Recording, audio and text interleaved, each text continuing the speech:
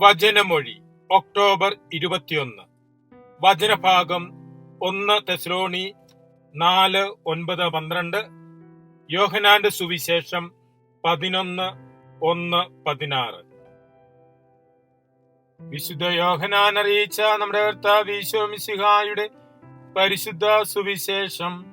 ലാസർ എന്ന ഒരുവൻ രോഗബാധിതനായി. അവൻ മറിയത്തിന്റെയും അവളുടെ സഹോദരിയായ മർത്തായുടെയും ഗ്രാമമായ ബെഥനിയായിൽ നിന്നുള്ളവനായിരുന്നു. ഈ മറിയമാണ് സുഗന്ധ തൈലം കൊണ്ട് കർത്താവിനെ പൂശുകയും തലമുടി കൊണ്ട് അവന്റെ പാദങ്ങൾ തുടയ്ക്കുകയും ചെയ്തത്. ഇവളുടെ സഹോദരൻ ലാസറാണ് രോഗബാധിതനായത്. കർത്താവേ, ഇതാ അങ്ങ് സ്നേഹിക്കുന്നവൻ രോഗിയായിരിക്കുന്നു എന്ന് പറയാൻ ആ സഹോദരിമാർ അവന്റെ അടുക്കലേക്ക് ആളയച്ചു. അത് കേട്ടപ്പോൾ ഈശോ പറഞ്ഞു, ഈ രോഗം മരണത്തിൽ അവസാനിക്കാനുള്ളതല്ല, പ്രത്യുത ദൈവത്തിന്റെ മഹത്വത്തിനും അതുവഴി ദൈവപുത്രൻ മഹത്വപ്പെടാനുമുള്ളതാണ്. ഈശോ മർത്തായെയും അവളുടെ സഹോദരിയെയും ലാസറിനെയും സ്നേഹിച്ചിരുന്നു. എങ്കിലും അവൻ രോഗിയായി എന്ന് കേട്ടിട്ടും ഈശോ താൻ താമസിച്ചിരുന്ന സ്ഥലത്ത് തന്നെ 2 ദിവസം കൂടി ചെലവഴിച്ചു. അനന്തരം അവൻ ശിഷ്യന്മാരോട് പറഞ്ഞു, നമുക്ക് വീണ്ടും യൂദയായിലേക്ക് പോകാം. ശിഷ്യന്മാർ അവനോട് ചോദിച്ചു, ഗുരു, യഹൂദർ ഇപ്പോൾ തന്നെ നിന്നെ കല്ലെറിയാൻ അന്വേഷിക്കുകയായിരുന്നല്ലോ, എന്നിട്ട് വീണ്ടും അങ്ങോട്ട് പോകുകയാണോ? ഈശോ പ്രതിവചിച്ചു, പകലിന് 12 മണിക്കൂറില്ലേ? പകൽ നടക്കുന്നവൻ തട്ടി വീഴുന്നില്ല. ഈ ലോകത്തിന്റെ പ്രകാശം അവൻ കാണുന്നു.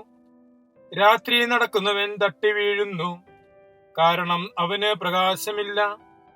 ഇവ പറഞ്ഞ ശേഷം അവൻ തുടർന്നു, നമ്മുടെ സ്നേഹിതനായ ലാസർ ഉറങ്ങുകയാണ്, അവനെ ഉണർത്താൻ ഞാൻ പോകുന്നു.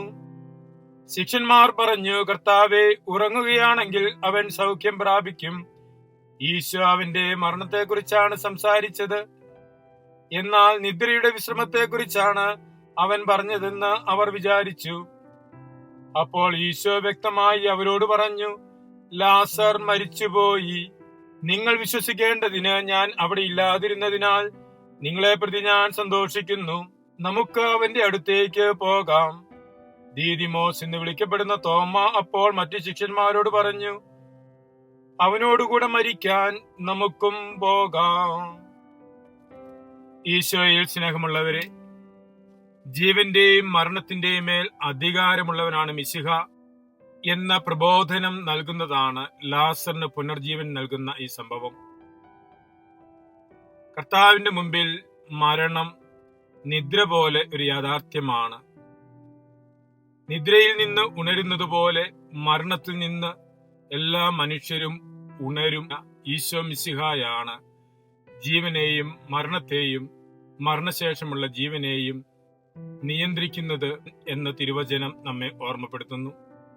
ഈശോയോടുകൂടി മരിച്ചാൽ അവിടുത്തോടുകൂടി ഉയർക്കാം എന്ന ചിന്തയാണ് തോമാസ് ലീഹായെ കൊണ്ട് ഏറ്റുപറയിപ്പിക്കുന്നത്. നമുക്കും അവനോടൊപ്പം മരിക്കാം. അവനോടൊപ്പം മരിച്ചാൽ അവനോടുകൂടി ഉയർക്കുവാൻ സാധിക്കും. ഏലിയാസ് ശ്ലീഹ മൂശക്കാലത്ത് മരണത്തെക്കുറിച്ചും മരണാനന്തര ജീവിതത്തെക്കുറിച്ചും ചിന്തിക്കുമ്പോൾ തോമാസ് ശ്ലീഹ ഏറ്റുപറഞ്ഞ ആ ബോധ്യം നമുക്കും കാത്തു സൂക്ഷിക്കാം. അവനോടൊപ്പം മരിക്കാൻ നമുക്കും തയ്യാറാകാം. അവനോടൊപ്പം മരിച്ചാൽ അവനോടുകൂടി നിത്യം ജീവിക്കുവാൻ സാധിക്കും. ഇഹലോക ജീവിതത്തിൽ ഈശോയുടെ സ്നേഹിതനായി വർത്തിക്കുവാൻ നമുക്കും പരിശ്രമിക്കാം. മിശിഹ നമ്മെ അനുഗ്രഹിക്കട്ടെ. ആമേൻ.